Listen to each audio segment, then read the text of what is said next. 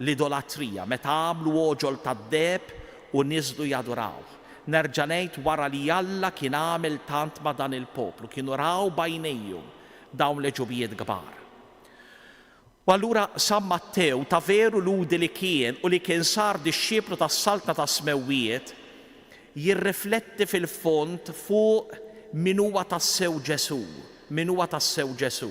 U wieġeb u jagħtina tweġibiet f'din il-paġna tal-Vanġelu biex jgħidilna min huwa Ġesu, min huwa Ġesu.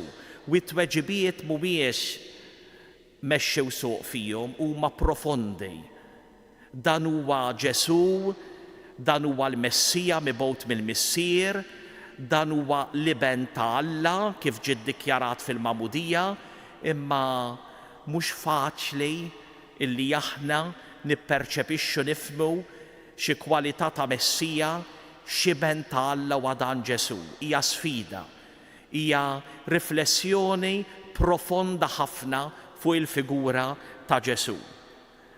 Semmejt il-Magħmudija fit-tliet Vanġeli Mark, Mattew u Luqa r-rakkont tat-tentazzjonijiet huma intimament marbuta mal-Magħmudija. Ġesu jitgħammed, Ġesu jimtela bl-Ispirtu ta' Alla, jinstema' l-leħen tal-Missier li jiddikjarah u eventwalment l-Ispirtu sejjer idaħħal lil Ġesu fid-deżert. Fil-fatt l-ewwel vers tas-silta tal-Vanġelu l-Ispirtu ħa lil Ġesu fid-deżert. U l-motivazzjoni l-objettiv huwa ċar biex ix-xitan iġarbu. L-Ispirtu ta' Alla li huwa l-imħabba ta' Alla tippermetti li dan Ġesu li sar bniedem għalina tassew ikun għalina b'tali mod u manjera li jikkorrispondi man-natura umana ta' kull wieħed minna li hija natura illi hija imġarba. Hija natura illi kontinwament trid tagħżel. Meta aħna nitkellmu fuq it-tiġrejb ħafna drabi aħna nitkellmu mit-tentazzjoni jew mill-prova u naħsbu li t-tentazzjoni hija x-xifer eżatt tal-irdum qabel ma wieħed jaqa'. Imma dik hija tifsira pjuttost ħafna morali. Skont l-Iskrittura l-prova m'għandix taqsam tant inhiex jien sejjer niżbalja jew le fl-imġiba tiegħi, ma pjuttost jekk jien inhiex sejjer nibqa' fidejl jew le lejn Alla tiegħi. It-tentazzjoni l-prova fiha il-logħba tal-fiduċja tiegħi. Jekk il-fiduċja tiegħi hux se nżomma sħiħa jew jekk kemm il-darba il-fiduċja tiegħi hux sejjer inxellifha lejn Ġesu. Allura jekk hux fil-fidi tiegħi hux sejjer nibqa' sħiħ jew inkella jiena sejjer noħroġ il-barra mit-triq. U allura ir-rakkont tat-tentazzjonijiet huma marbuta ħafna mal-Magħmudija konti qed ngħid. Il-Magħmudija niftakru illi Ġesu għamel għażla. Niżel mill-Galilea u mar fil-Ġordan għad mal-folla u kif smajna qabel fi ħdut oħra Ġesu meta wasal għand Ġwanni nġibet lura qal ma jkun qatt li jiena nagħmdek. U Ġesu fl-arfien li huwa kellu li kien qed jikber fih li huwa għandu jkun fil-pjanijiet ta' Alla, qallu isma' qallu hemm bżonn li jiena nitgħammed minnek biex isseħħ il-ġustizzja. U Ġwanni qatal dik il-kelma ta' Ġesu, Ġesu jitgħammed minn Ġwanni u f'dak il-ħin il-Missier Alla jesprimi l-approvazzjoni tiegħu għal dan il-ġest ta' ibnu. Dan hu ibni il-maħbub fih jiena sebt il-għaxqa tiegħi. U allura mimli bl-Ispirtu li niżel fuqu, dan l-Ispirtu idaħħal lil Ġesu fid-deżert. U allura din l-esperjenza hija tkomplija ma dak li ġara fil-Magħmudija. Jekk fil-Magħmudija il-Missieralla huwa moġub f'ibnu, issa bil-fatti il-missier sejjer jaraf illi dan ibnu anke meta jiġi mqiegħed fis-sitwazzjoni l-aktar dgħajfa delikata tagħna l-bnedmin, huwa dak il-bniedem li sejjer jiftaħ żbok għal ħajja tal-umanità kollha. Sejjer jiftaħ il-bieb permezz tal-ubbidjenza tiegħu. Fit-tieni qari llum smajna id-diskors ta' San Pawl. Id-diżubbidjenza għalqet il-bieb, id-diżubbidjenza ta' Adam u Eva, l-ubbidjenza ta' Ġesu sejra tiftaħ mill-ġdid dan il-bieb. U allura huwa l-Ispirtu ta' Alla illi sejjer wassal biex Ġesu iġarrab din l-esperjenza daqstant umana, rejb ta' kull wieħed u kull waħda minna. Semmejt illi id-deżert jevoka din l-esperjenza kollha li kellu l-poplu ta' Iżrael fl-Antik Testament, ifakkarna fl-infedeltajiet, jinfakkarna fil-ħniena kbira ta' Alla, u allura id-deżert huwa skola ta' maturità għall poplu ta' Iżrael, ta' maturità. Aħna r-randan irridu naraw bħala deżert illi fih il-mulej Alla sejjer ilaqqa flimkien, jenna nlaqqgħu flimkien l-infedeltajiet tagħna mal-ħniena kbira tiegħu. U dan sabiex nimmaturaw, sabiex nikbru. U Ġesu baqa' sajjem għal 40 jum u 40 lejl u fl-aħħar ħadu il-ġuħ. L-ewwel nett huwa San Mattew biss illi jgħid li Ġesu kien sajjem. La Mark u laqqas Luqa ma jgħidulna espliċitament illi kien sajjem. Fil-fatt, San Luqa jgħid dawn il-kelmiet. Hemm mal-40 jum Ġesu kien imġarrab mix-xitan, matul dawk il-jiem ma kiel xejn. San Mattew juża l-kelma sawm. Però dak li jagħmel Ġesu mhuwiex is-sawm kif kien mitlub mill-liġi tal-Lut. Is-sawm kif kien preskritt mill-reliġjon Ludija illi kien l-ewwel nett obbligatorju darba fis-sena. Fil-jum ta' tpattija, l-jum biex ngħidu hekk illi fih il-poplu kien jiċċelebra sewwa jum ta' penitenzjali bħalma huwa speċi ras ir-randan tagħna. Imma mbagħad il-Farizej kienu estendew dan is-sawm għal darbtejn fil-ġimgħa. U allura s-sawm kien ħafna preżenti fil-ħajja tal-poplu Ludej. Li Ġesu isum personalment, apparti dan il-waqt tad-deżert, ma għandna l-ebda ħjiel, anzi, smajna din il-ġimgħa stess is-silta tal-Vanġelu meta id-dixxiepli ta' Ġwanni u l-Farizej ġew jaffrontawh għaliex qatt ma jirrakkomanda s-sawm, Ġesu jagħti tifsira kompletament ġdida lis-sawm li ma tikkorrispondix ma' dik tal-poplu Ludi, li x'aktarx għadha wkoll l-impressjoni li aħna għandna tas-sawm, illi sempliċement insawtu, inċaħdu, jew biex ngħidu hekk inġelu lilna nfusna mbagħtu. Lil hemm minn dan, San Mattew jinsisti li Ġesu kien sajjem għal 40 jum u 40 lejl. Dan ma kienx is-sawm tal-poplu Ludi, għax is-sawm tal-poplu Ludi kien jibda fit-tluħ ix-xemx u jispiċċa finżol ix-xemx. Imbagħad mal-lejl il-Lut bħalma jagħmlu anke l-Musulmani jistgħu jieklu u jiffesteġġjaw kemm iridu. Għaldaqstant, Ġesu ma kienx qiegħed iwettaq sawma ritwali. Ġesu qiegħed iwettaq xi ħaġa differenti kompletament. Huwa sajjem għal 40 jum u għal 40 lejl. Fi ftit kliem qiegħed jagħti ċans lilu nnifsu l-ewwel nett jaraf id-djufija tiegħu, jiltaqa' mad-djufija tiegħu, imma fuq kollox sejjer jaraf dak li huwa fl-aħħar mill-aħħar essenzjali, assolut fil-ħajja. Hemm ħafna ħwejjeġ li jistgħu jidhru li huma meħtieġa u li ma ngħaddux mingħajrhom. Imma fil-fatt is-sawm irawwimna biex narfu illi minn dawn il-ħwejjeġ kollha Alla biss huwa l-assolut. Alla biss huwa dak li mingħajru ma nistgħux ngħaddu. Fl-aħħar ħadu l-ġuħ. Din l-esperjenza twasslu għal massimu tad-djufija. In-natura tal-bniedem hija natura dgħajfa. Teħtieġ li tkun imwiesda. U fil-mument l-aktar dgħajjef sejjer jidħol ix-xitan biex min għalih jagħmel festa minnu.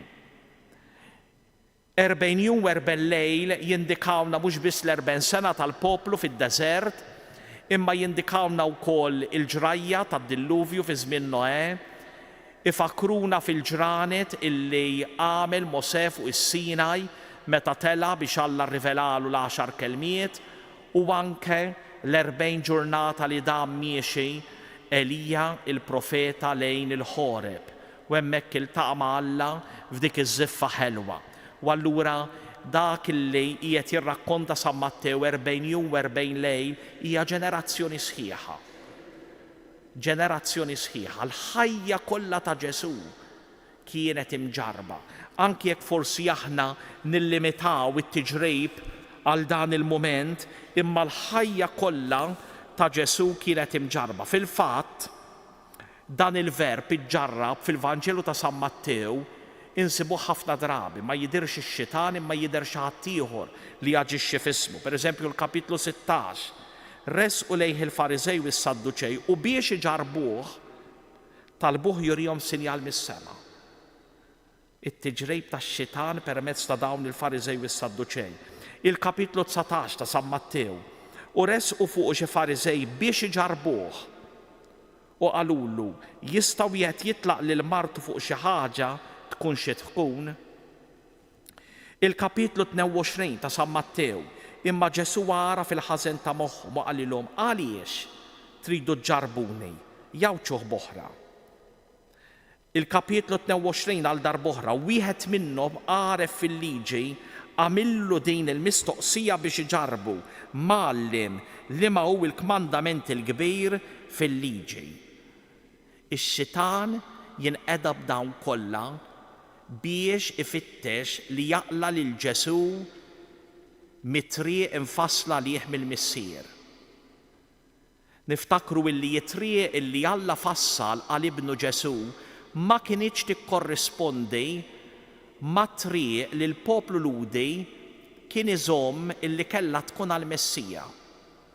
Għalihom il-Messija kellu jkun wieħed illi ħajkun qalil u ħajpoġġi lil kulħadd f'postu. Sejjer verament iwarrab lil dawk kollha li ma jħarsux il-liġi, il-kmandamenti. Hekk kienet l-idea ta' Messija skont il-poplu ta' Iżrael. U allura mhux Messija dgħajjef, mhux Messija li ħajmut, mhux Messija aktar u aktar li ħajmut fuq is-salib. U allura meta Alla l-missier fil-Mamudija qal dan hu ibni l-Ażiż, kien qed jifhem illi dan huwa l-Messija skont il-profeta Iżajja. Fil-jiem tal-ġimgħa mqazza sejrin nisimgħu il-qaddej erbanijiet tal-qaddej ta' Alla li jbati. It-tnejn, it-tlieta, l-erba tal-ġimgħa mqazza mbagħad nhar il-ġimgħa l-kbira jinqraw dawn l-innijiet li għandna mill-kapitlu 42 il-qudiem fil-parti tal-profeta Iżajja.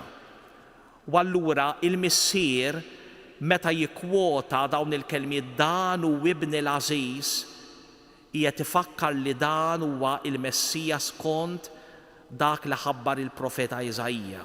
Mhux skonthom, mhux skont kif kienu faslu huma.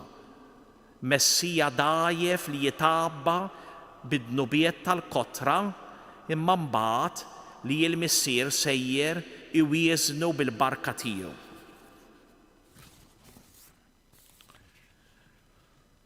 U allura f'dan il-mument ta' djufija kbira sejjer jersaq it-tentatur. Hekk jgħid San Mattew, il-kelma tentatur dak illi jipprova, iġarrab, ikejjel, ipoġġik sitwazzjoni biex inti tagħżel u minn dik l-għażla sejra toħroġ il-verifika, il-valutazzjoni tiegħek tal-figura tal-persuna ta' Ġesu. Kemm inti fidejl lej, kemm għandek fiduċja, kemm se tagħtih il-fiduċja tiegħek. Ftit jew ħafna, xejn jew il-kotra. U qallu, jekk inti bin Alla ordna li dan il-ġebel isir ħobs.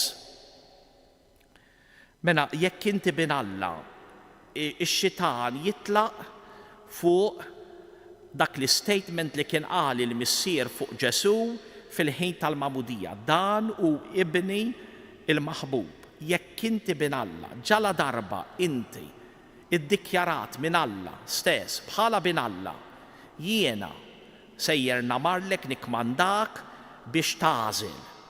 L-għażla li qed nipproponilek hija biex tbiddel dan il-ġebel f'ħobs. Qiegħed jgħid dan il-kelmiet lil Ġesu li huwa l-aktar dajjef dan ir-rigward. Huwa bil-ġuħ wara dawn il-ġranet kollha sajjem.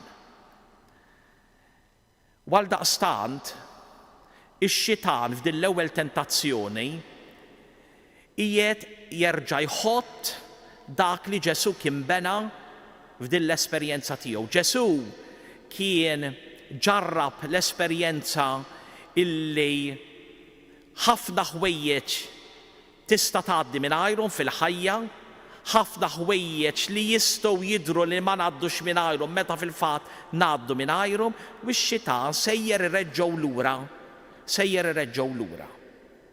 U allura jitolbu sabiex jitgħajjex bil-ħobs, jitgħajjex bil-ħobs.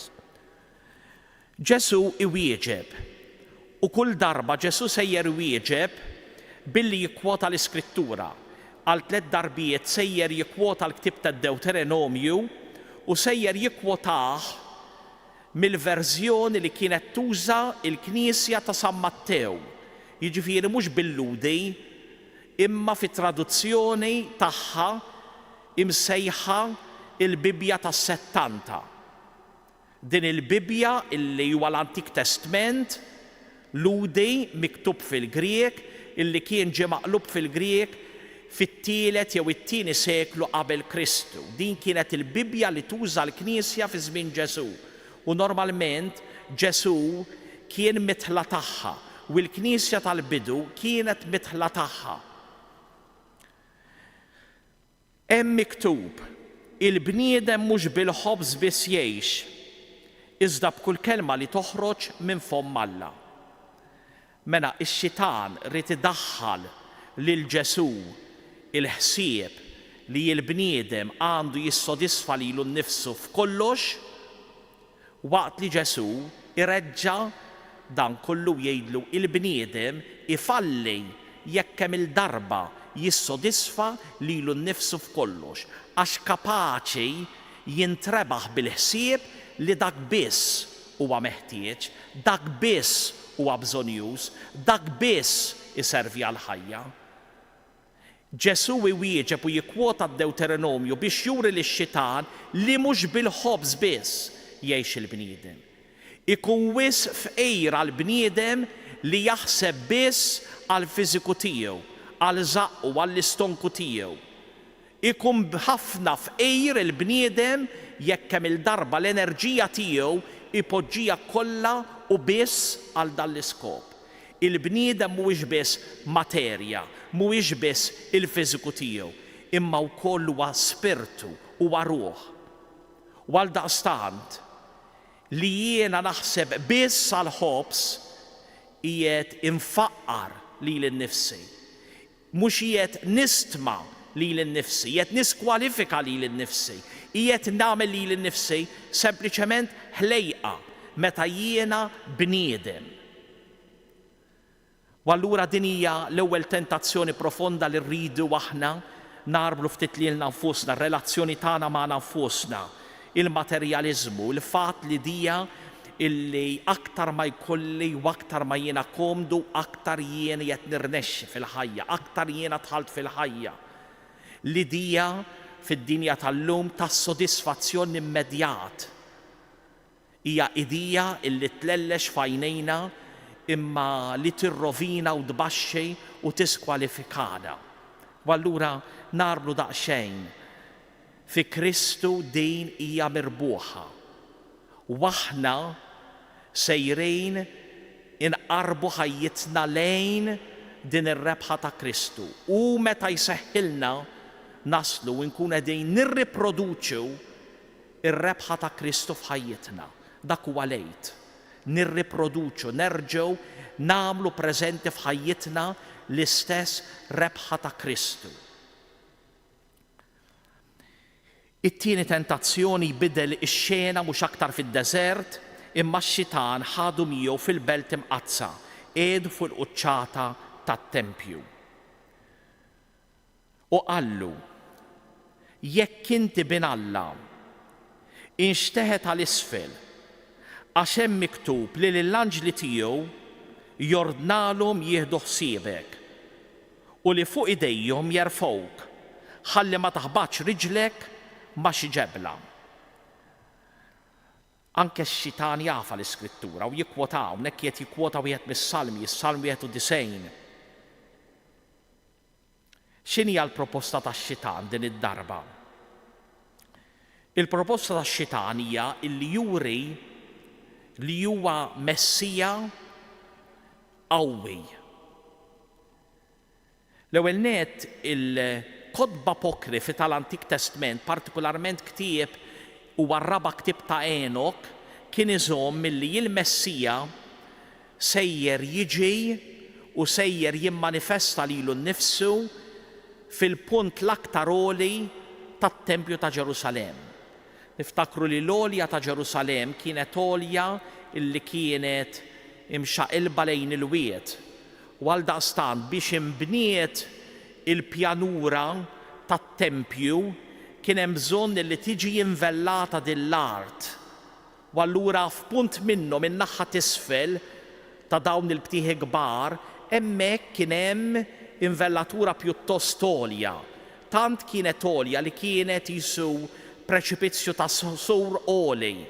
F'dan il-post kienu jemnu li jgħat jidher il-Messija. U allura ix-xitan jisfidah lil Ġesu biex juri lilu nnifsu bħala Messija, bħala Alla qawwi, setani. Sewwa inxteħet għal isfel għax hemm miktub li l-anġli jiġu jieħdu ħsiebek. U anke għal din Ġesu jwieġeb u jikkwota lid-Deuteronomju. Hemm miktub ukoll: iġġarrabx lil mulej Alla tiegħek. Tippruvax illi tidħol f'dils ma' Alla biex minn għalik tillimita il-libertà ta' Alla. Bħal donno qed tpoġġi lil Alla f'kantuniera. Mela, daqs kemm inti tatini u meta inti tatini jiena nkus nista' nrodlok lura. Ħafna drabi l-ħajja reliġjuża, il-ħajja fir-reliġjon hija magħmula minn dawn l-għażliet. Dawn id-deals ma' Alla jiena nagħtik biex inti tatini. U jekk jien nagħtik biex int ma tatinejx, jekk jien nagħtik u inti ma tatinejx, ma tħallasnejx, allura nidħlu f'inkwit kbir. Li jiena indaħħal lil Alla fil-but, li jiena nissuġġetta lil Alla l-pjanijiet tiegħi.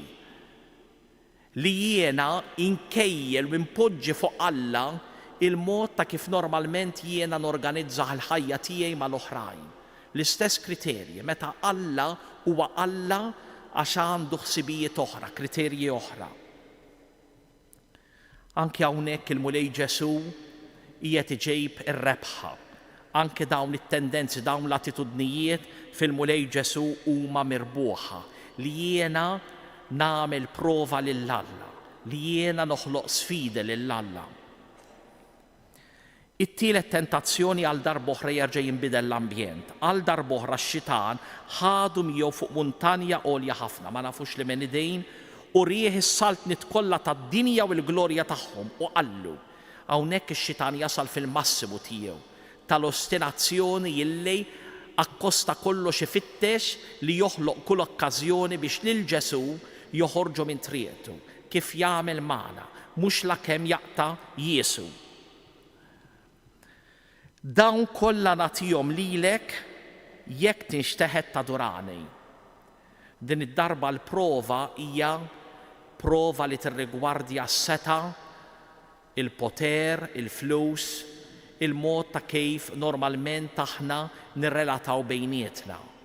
L-ewwel waħda kienet ir-relazzjoni tagħna ma' nfusna, t-tieni waħda r-relazzjoni tagħna ma' Alla, it-tielet ir-relazzjoni tagħna mal-oħrajn.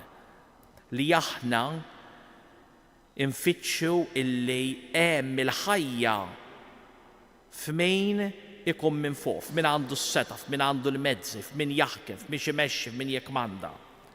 U allura ix-xitan jitolbu jistqardejn u jinżel jadurah. Fil-Vanġelu ta' San Mattew għandna diversi okkażjonijiet fejn jintuża dan il-verb. Il-idea illi tadura jfisser li inti tagħmel att ta' sottomissjoni. Immaġinawx konsegwenzi gravi kieku Ġesu fil-libertà tiegħu is-sottometta lilu nnifsu għal din ir-rieda.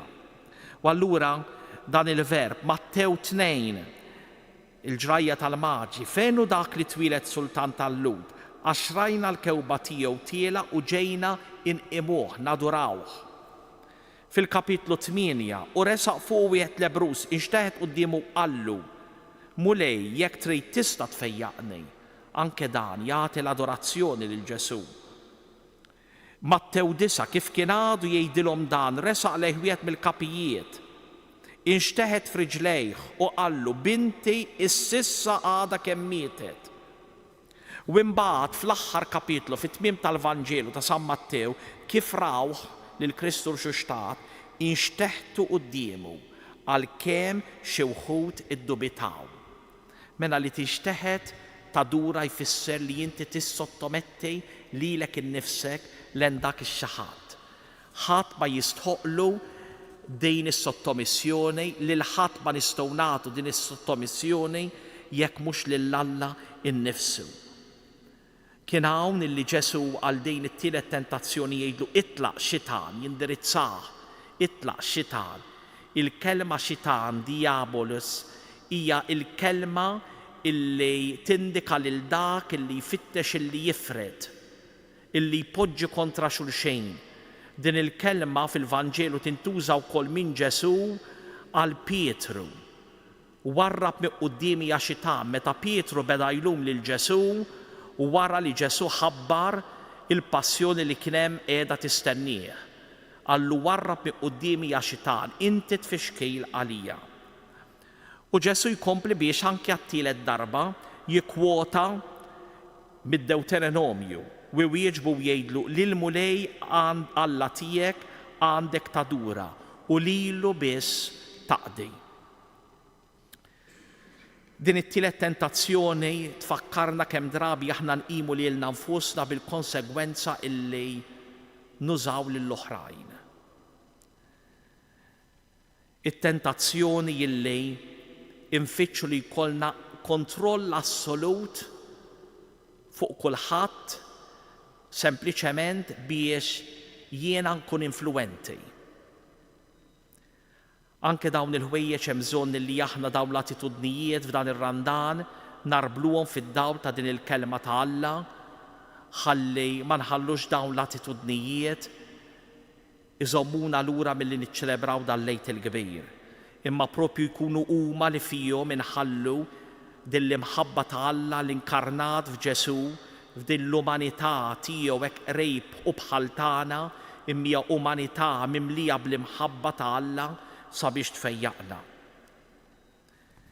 It-tmiem tas-silta imbagħad ix-xitan ħallih tikkorrispondi għall-ewwel vers ta' din is-silta fejn għandna illi l-Ispirtu ħali l-Ġesu fid-deżert biex ix-xitan iġarbu. Imbagħad ix-xitan ħallih. U minnu fih ġew xi anġli u kienu jaqduh.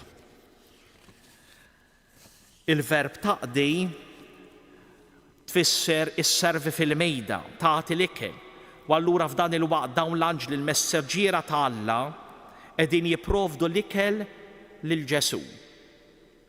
Dak l-istess ikel li huwa ma kienx ipprovda lih innifsu minkejja li seta' provdih, imma jimxi fit-triq, fir-ritmu, fir-rieda tal-missier. Jipprovdulu l-ikel li Ġesu ma provdix għalih innifsu. U allura hawnhekk jallimna dak illi mbagħad Ġesu sejjer jagħtina fit-talba tal-missierna.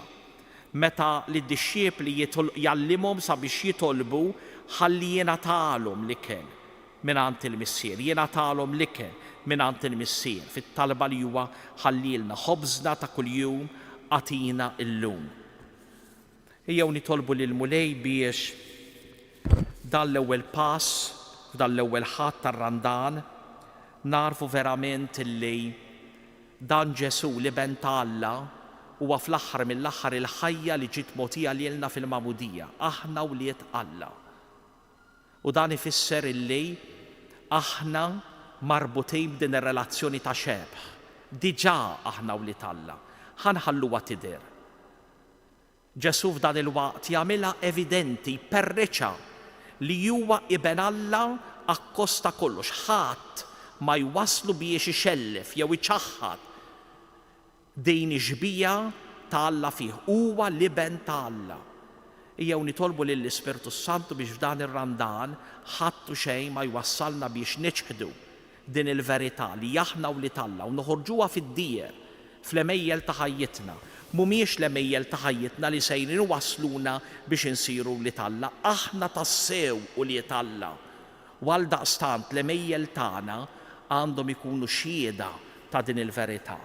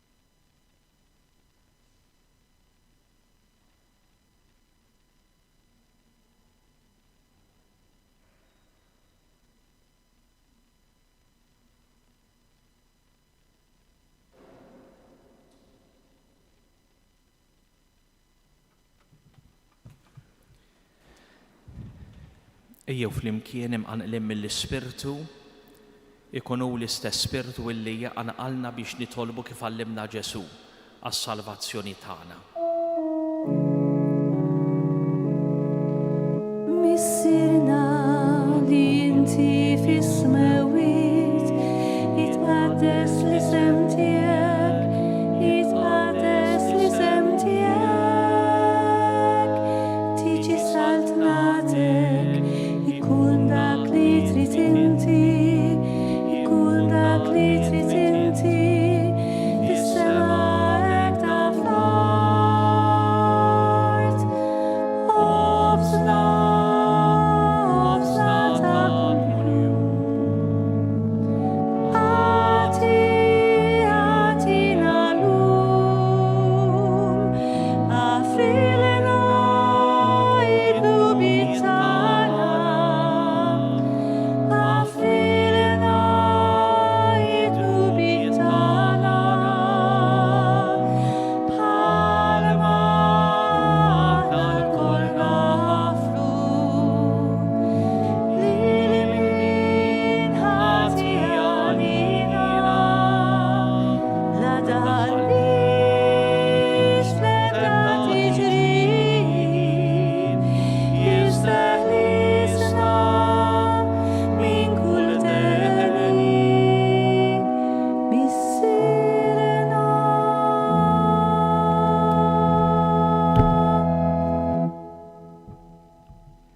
Il-mulej ma'kom.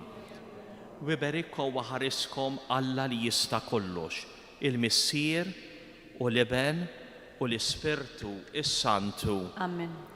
Morru fil-paċ ta' Kristu. Irroddu ħajr